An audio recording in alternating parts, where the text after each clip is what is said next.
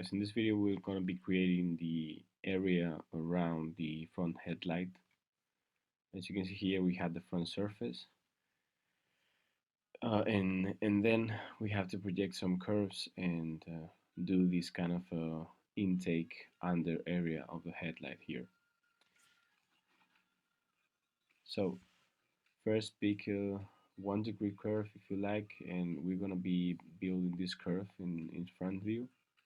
See, we don't have proper alignment, so I'm gonna use the edit function. I use these options to align it properly, and now it's better. And now if I use the extend tool that we created, next I'm gonna create a little surface patch here.